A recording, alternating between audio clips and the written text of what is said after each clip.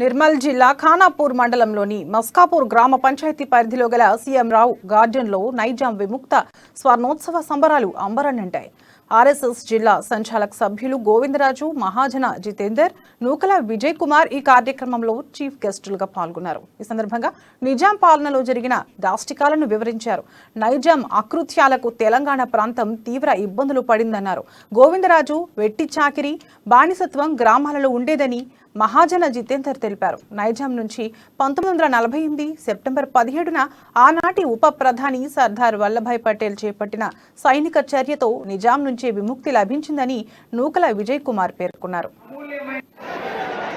తయారు చేస్తున్నటువంటి ప్రక్రియలో అగ్రగామిగా ఉన్నటువంటి కళాశాల ఉపన్యాసక బృందం, పాఠశాల ఉపాధ్యాయ గురుదేవులారా, మీ అందరికీ కూడా నా నమస్కారం.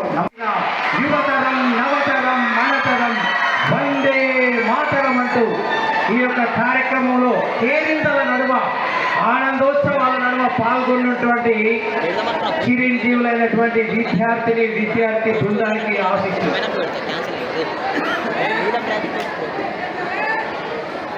మనమంతా కూడా మన అమూల్యమైన సమయాన్ని వెచ్చించి